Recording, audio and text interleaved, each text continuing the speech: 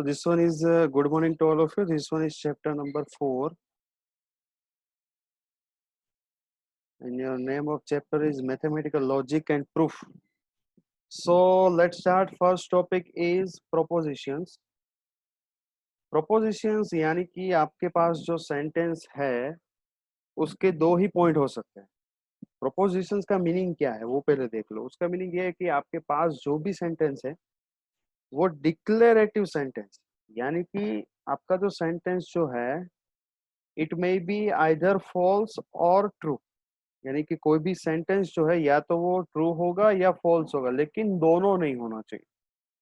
Propositions is a declarative sentence, that is a sentence that declares a fact, यानी कि या तो वो गलत ही होगा या गलत, जैसे कि मैंने बोल दिया कि सूरज जो है वो कोलकाता में पड़ता है. चलो, सूरज जो है वो कोलकाता में पड़ता है, ये गलत है लेकिन सेंटेंस है.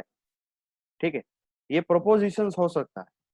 क्यों? क्योंकि ये है गलत. सूरत है वो गुजरात में, वो कोई कोलकाता वगैरह में नहीं है, लेकिन दोनों नहीं है. सूरत कोलकाता में भी नहीं है और सूरत गुजरात में भी नहीं है.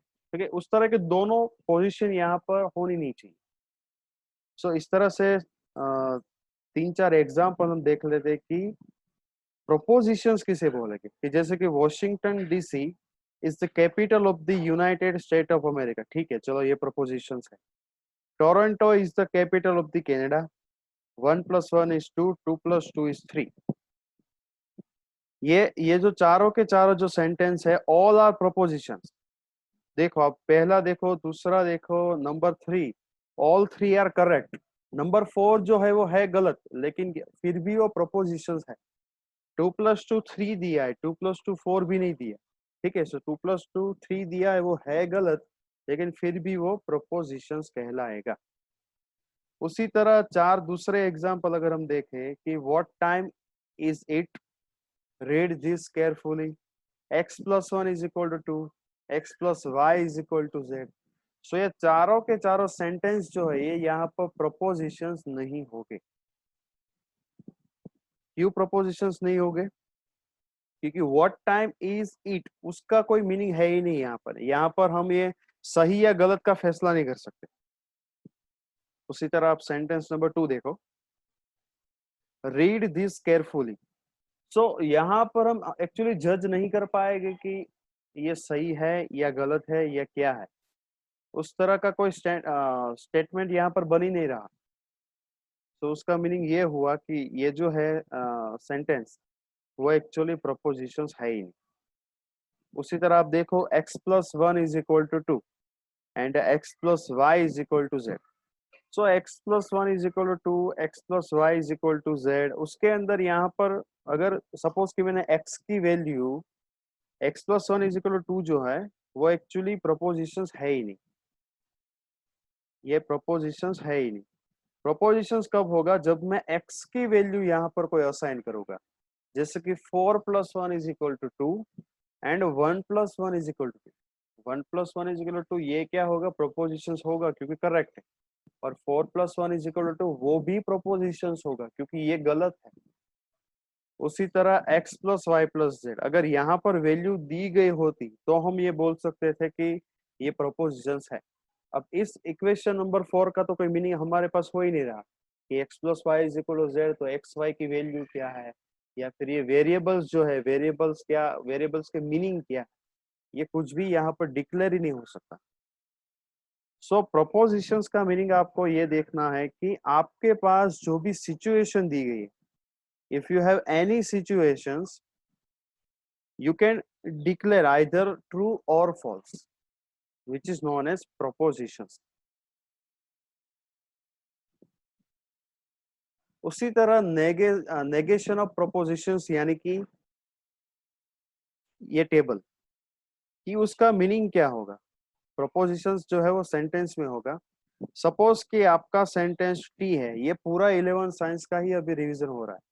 नेगेशन पी यानी कि आपको जो सिचुएशन दी गई है उससे उल्टा एफ. अगर आपके पास एफ हो तो आपको टेबल में उसको टी लिखना होगा. So this type of concept is known as negation of the proposition. अगर आपको टी दिया है तो नेगेशन P क्या होगा, यहाँ पर F होगा। अगर आपको F दिया है तो वो यहाँ पर T होगा। उसी तरह अगर हम दूसरे लॉजिक की बात करें यहाँ पर,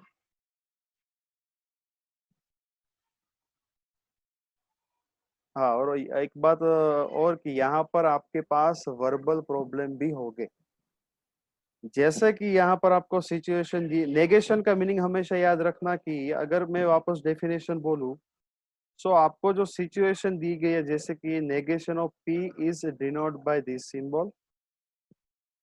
अगर P का मीनिंग है कि भाई P हमें सेंटेंस दिया है, तो नेगेशन P का मीनिंग होगा कि it is not the case that P, और we can say simply not P, यानी कि P से उल्टा। अगर P T है आपका, तो P यहाँ पर आपका F हो जाना चाहिए। वर्बली मैन यहाँ पर देखना है कि टेबल तो हम बना ही लेंगे किसी भी तरह से, लेकिन वर्बली किस तरह से लिखना है। अगर यहाँ पर दिया है कि find the negation of the propositions Michael's PC runs Linux and express this in simple English। So इस सेंटेंस का हमें नेगेशन यानी कि उसका नेगेटिव सेंटेंस बनाना है। सो यहाँ पर दिया है माइकल्स PC रन्स लिनक्स, तो उसका मीनिंग क्या होगा कि देखो यहाँ पर एक से ज्यादा भी इंग्लिश सेंटेंस ग्रामर के अंदर बनेगी। सो जैसे कि यहाँ पर दिया है it is not the case that Michael's PC runs Linux, ये एक हो गया नेगेशन। और दूसरा यहाँ पर कौन सा बनाया, Michael's PC does not run Linux. Everyone clear? यहाँ पर सिचुएशन दी थी कि उसके पीसी में लिनक्स जो है वो रन हो रहा। हमें यह करना है कि माइकल के पीसी में लिनक्स रन नहीं करना है, उसका सिर्फ और सिर्फ इंग्लिश लिखना है। अगर मैं दूसरे एग्जांपल की बात करूं, तो यहाँ पर हमें प्रोपोजिशंस दिया है कि Vandana smartphone has at least 32 GB of memory. So यहाँ पर क्या होगा कि वंदना स्मार्टफोन हैज एटलीस्ट 32 का यहाँ पर इंग्लिश बनेगा कि Vandana smartphone does not have at least 32 GB, और we can say Vandana smartphone has less than 32 GB।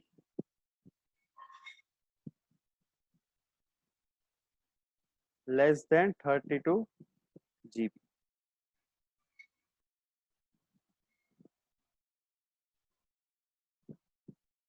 ये रहा पहला सेंटेंस कि भाई उसके स्मार्टफोन में एटलीस्ट 32 GB का मीनिंग कि 32 और 32 से ग्रेटर, यानी कि ग्रेटर और इक्वल टू 32। यहाँ पर क्या होगा उसका नेगेशन कि Vandana smartphone does not have at least 32 GB, और we can say less than 32 GB। अगर आपको एग्जाम के अंदर इस तरह सेंटेंस दे तो ट्राई यही करना कि सिंपल जो स्टेटमेंट दिया है उसका नेगेशन बनाओ। इस तरीके का लॉजिक भी चलेगा, लेकिन आप डज नॉट, डू नॉट उस तरह कर दोगे तो ऑलरेडी वो नेगेशन हो ही रहा है।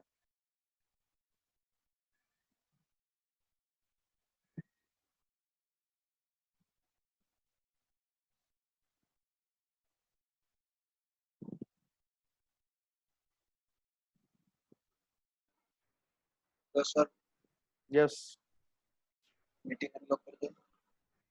एक बार तो कह रही thank you. 44 next number sir. 40 આવી ગયો 43 44 नंबर છે, છે ऑलरेडी।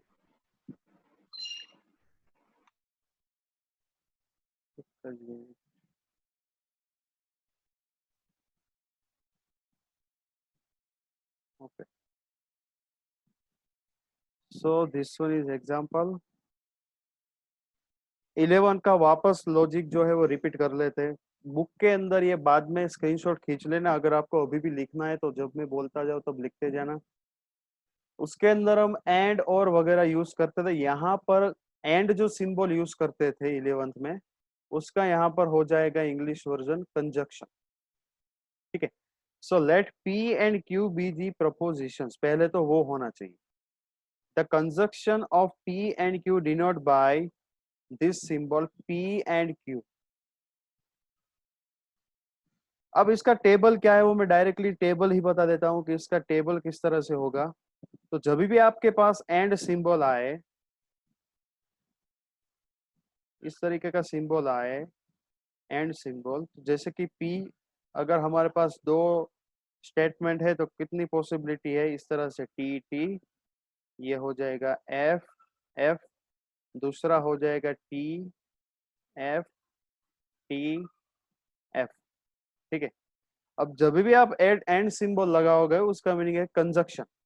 कंजक्शन का मीनिंग क्या होगा, एक ही याद रखना है कि अगर दोनों सही है तो आपका स्टेटमेंट सही होगा। कंजक्शन के अंदर आपको ये याद रखना है कि अगर दोनों स्टेटमेंट या फिर दोनों प्रपोजिशंस ट्रू है तभी आपका कंजक्शन ट्रू होगा, अदरवाइज आपका सॉल्यूशन आएगा फॉल्स।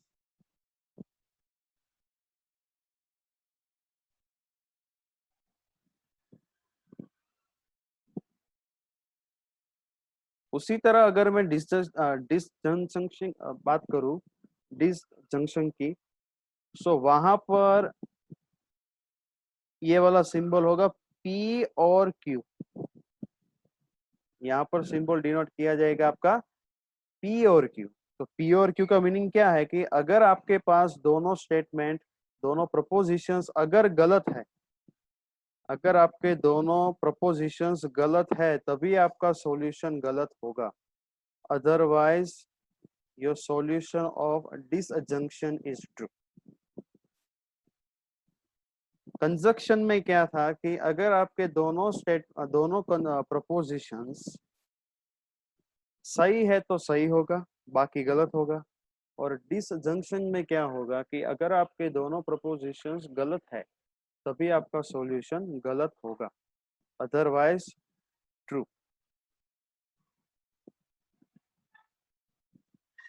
उसके बाद एक अलग से कॉन्सेप्ट है एक्सक्लूसिव और। एक्सक्लूसिव और के लिए याद रखना होगा आपको, ये एक एक लाइन में ही याद रखना होगा, पूरा का पूरा टेबल याद रखने की जरूरत नहीं है।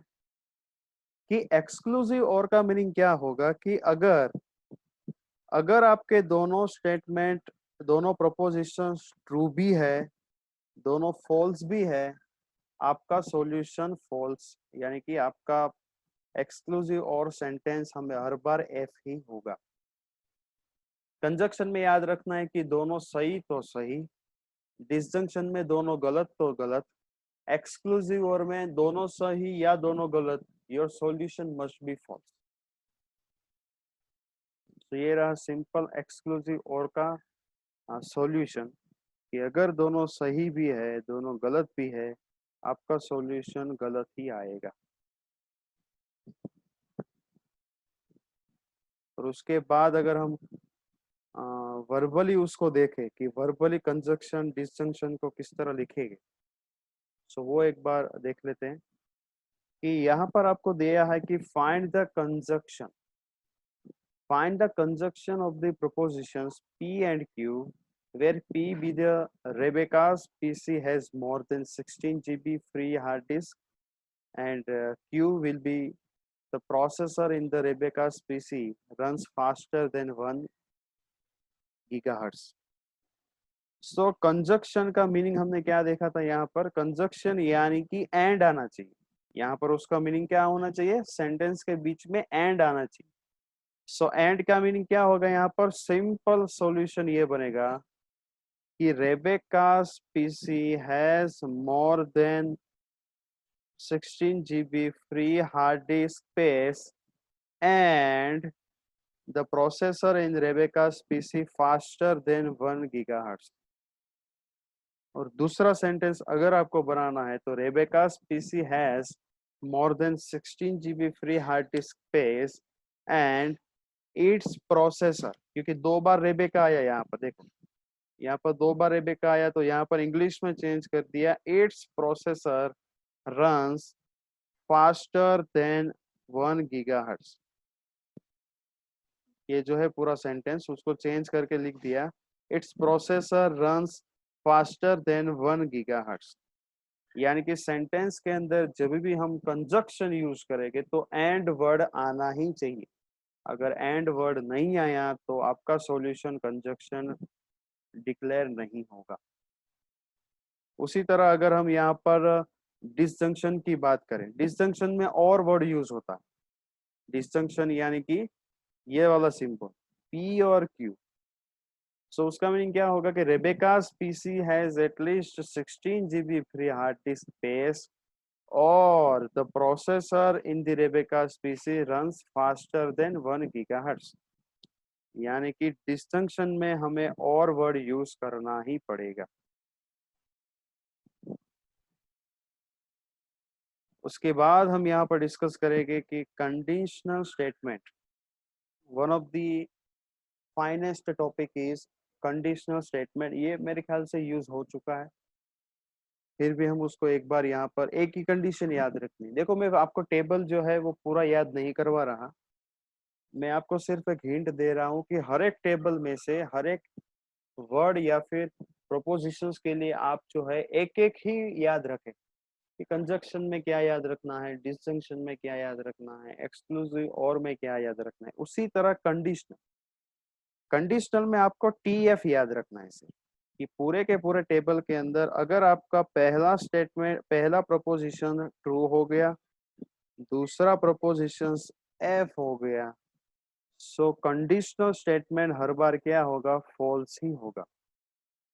और वर्बली इसका मीनिंग क्या है कि इफ पी, वर्बली बीच में तो हमें देखना है, if P then Q. So पूरा अगर मैं एक बार पढ़ूं कि let P and Q be the propositions, तो कंडीशनल स्टेटमेंट का मीनिंग होगा if P then Q. So आपका स्टेटमेंट फॉल्स कब होगा, जब पी ट्रू होगा बट क्यू फॉल्स होगा। अदरवाइज सारे की सारी कंडीशंस जो है उसके अंदर आपका सॉल्यूशन टी ही होगा। सो एक ही याद रखना चाहिए कि पहला टी दूसरा एफ, तो पूरा का पूरा solution F, otherwise all the solutions are true. और उसके लिए सिंबल क्या याद रखना है कंडीशनल स्टेटमेंट के लिए, इफ पी देन क्यू। और टी एफ वाली कंडीशन आई तो आपका सॉल्यूशन एफ ही बनेगा।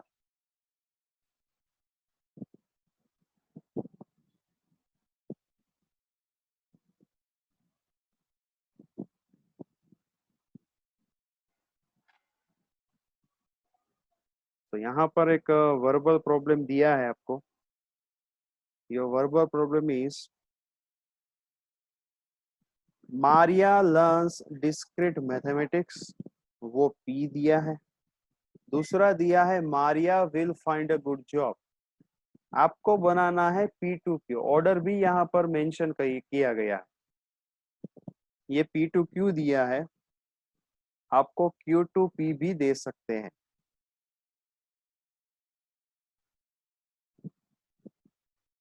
मारिया लर्न्स डिस्क्रीट मैथमेटिक्स, दूसरा दिया है Maria will find a good job.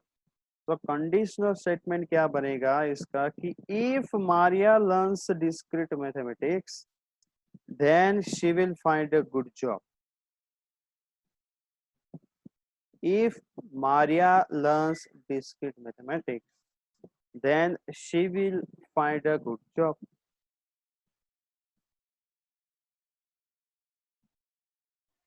और ये सारे कंडीशनल स्टेटमेंट जो है इस तरह भी लिख सकते हो आप कि Maria will find a good job when she learns discrete mathematics. For Maria to get good job, it is sufficient for her to learn discrete mathematics. And last possible statement is Maria will find a good job unless she does not learn discrete mathematics. ये सारे statement बनाओ, उससे अच्छा एक ही बना दो, if Maria. If से शुरू करो, देन के बाद स्टेटमेंट को खत्म करो, यही करना है। इफ से शुरू करना है, देन से स्टेटमेंट को खत्म करना है आपको। बाकी के जो नीचे दिए हैं उसको यूज करने की जरूरत नहीं है, वो थोड़ा टफ हो जाएगा। उसके बाद देर आर थ्री कॉन्सेप्ट, तीन कॉन्सेप्ट यहाँ पर दिए आपको कि कन्वर्स, कॉन्ट्रापोजिटिव एंड इनवर्स। आगे वाला लॉजिक आपका क्लियर है तो ये 3 लॉजिक भी आपके क्लियर हो जाएंगे अल्टीमेटली। कि कन्वर्स ऑफ द प्रोपोजिशंस क्या है। कन्वर्स ऑफ द प्रोपोजिशन यानी कि जो कंडीशनल स्टेटमेंट दिया है P टू Q जो दिया है उसका सॉल्यूशन होगा Q टू P। यानी कि Q to P is called converse of the P to Q। Contrapositive क्या है? कॉन्ट्रा पॉजिटिव यानी कि P टू Q दिया है, the contrapositive of P to Q is the propositions of negation Q to negation P। negation Q to negation P और inverse of the proposition। so आपको जो propositions दिया है negation P to negation Q is called inverse of the P to inverse of the P to Q। so P to Q का converse होगा Q to P। P to Q का contrapositive होगा negation Q to negation P। Negation P to negation Q का inverse होगा P to P। ये सिर्फ आपको 1-2 बार revise या 3-4 बार रिवाइज करना पड़ेगा, उसके बाद आप टेबल में उसको ड्रॉ कर ही सकते हो। बस ये जो स्टेटमेंट जो है उसके मीनिंग पता होना चाहिए, किस तरह से टेबल आइडेंटिफाई करना है।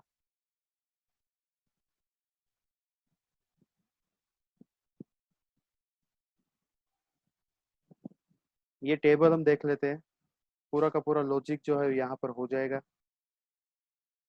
हमें यहाँ पर क्लियरली बताया गया है कि आपको P और Q ही दिया है, आपको converse contrapositive and you have to identify the inverse also.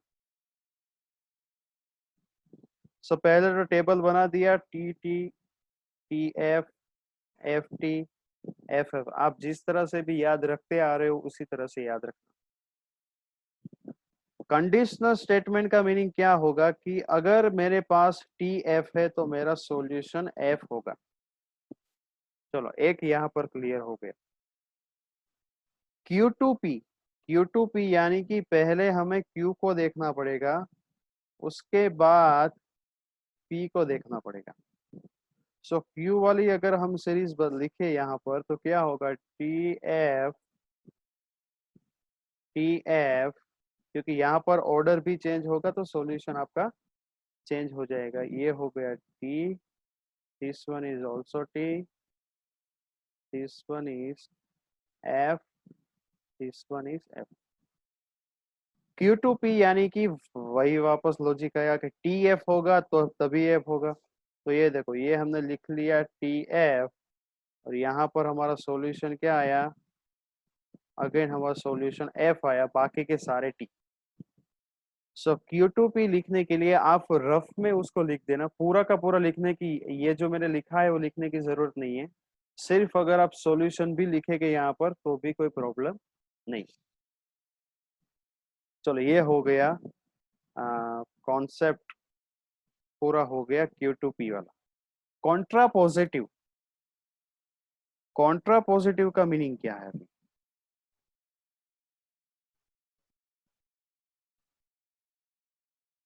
Contra positive यानी कि नेगेशन Q। चलो मैं नेगेशन बना देता हूं।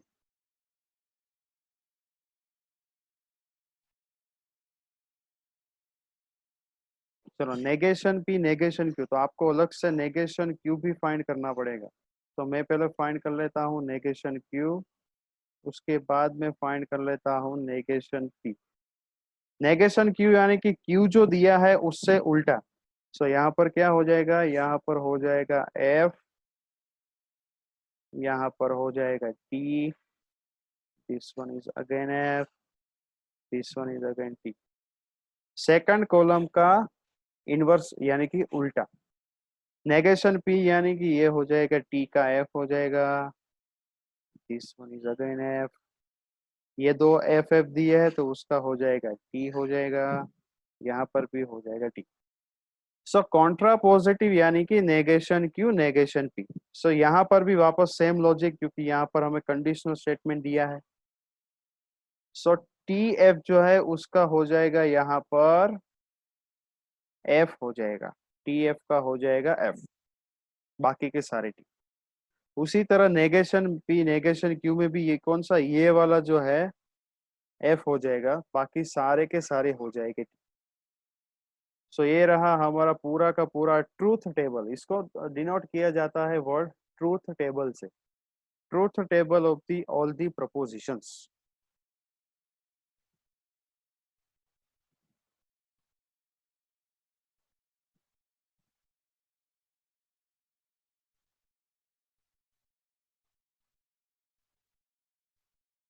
ये लास्ट एग्जांपल हम देख लेते हैं कि what are the contrapositive converse and inverse of the conditional statement. अभी देखो यहाँ पर हमें कंडीशनल स्टेटमेंट ही दिया जाना चाहिए। अगर कंडीशनल स्टेटमेंट नहीं दिया है तो पहले उसको बनाना पड़ेगा, बनाने के बाद हमें उसको सॉल्व करना पड़ेगा। सो यहाँ पर इन लोगों ने दिया है सिंपल दो स्टेटमेंट दिया है, पहले पूरा देख लेते उसके बाद डिस्कस करेंगे कि inverse of the conditional statement, the home team wins, the home team wins whenever it is raining। तो पहले इसका बनाना पड़ेगा conditional, the home team wins whenever it is raining। तो द होम टीम विंस हो जाएगा क्यू, इट इज रेनिंग हो जाएगा पी। सो यहाँ पर हमने उसको डिफाइन कर दिया कि पी तो पता चल गया, चलो पी हो गया यहाँ पर इट इज रेनिंग, और उस क्यू हो गया हमारा the home team wins. So if it is raining, पहले कंडीशनल स्टेटमेंट भी तो बनाना है, तो क्या होगा, if it is raining then the home team wins. ठीक है, if it is raining the home team wins. Contrapositive क्या होगा, कॉन्ट्रा पॉजिटिव होगा यहाँ पर नेगेशन। सो यहाँ पर उसका कॉन्ट्रा पॉजिटिव क्या हो जाएगा, if home does not win, if home team does not win then it is not raining. Contrapositive यानी कि negation Q to negation P. इसका मीनिंग क्या होगा, negation Q to negation. So negation Q क्या होगा, यहाँ पर क्यू हमें दिया है यहाँ पर the home team wins, P दिया है यहाँ पर it is raining. So if the home team does not win, if the home team does not win then it is not raining।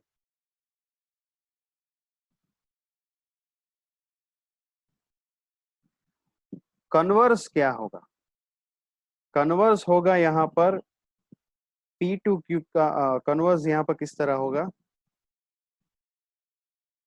सो यहाँ पर कन्वर्स होगा पी टू क्यू का, यहाँ पर Q to P, Q to P होगा। Q statement क्या दिया है हमें, क्यू स्टेटमेंट हमें दिया है यहाँ पर द होम टीम विंस, और उसका हमें करना है पी में। तो यहाँ पर हम बोल सकते हैं कि if the home team wins, if the home team wins, ये वाला स्टेटमेंट हो गया Q. if the home team wins then it is raining, if the home team wins then it is raining। अभी इनवर्स क्या होगा, inverse होगा इसका negation, कि if it is not raining, negation P negation Q, यहाँ पर क्या आएगा, नेगेशन पी नेगेशन क्यू, कि if it is not raining, if it is not raining then the home team does not win, then the home team does not win। सो ये पूरा का पूरा verbal problem जो है बहुत इजी सा topic है, पूरा का पूरा चैप्टर इजी है। यहाँ पर आपको सिर्फ ये वाले जो है यही पूरा लॉजिक यूज करना है और आगे के लॉजिक।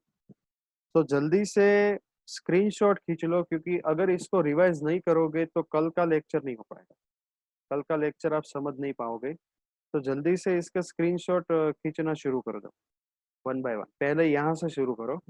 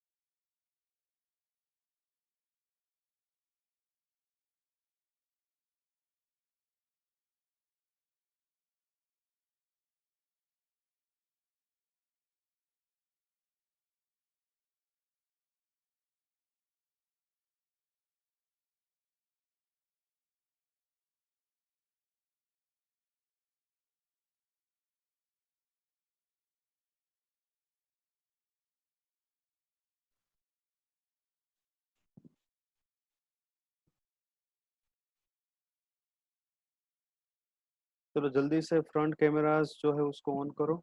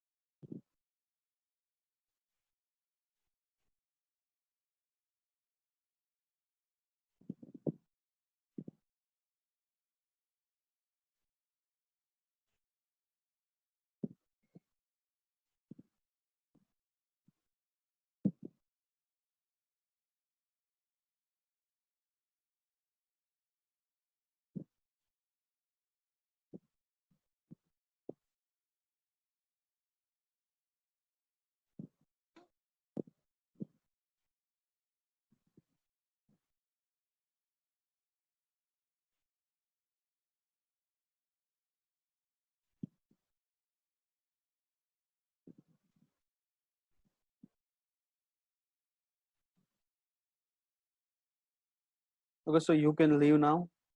चैट बॉक्स में लिख दिया सब लोगों ने? ओके। जिन जिन लोग का कैमरा वर्किंग नहीं है वगैरह।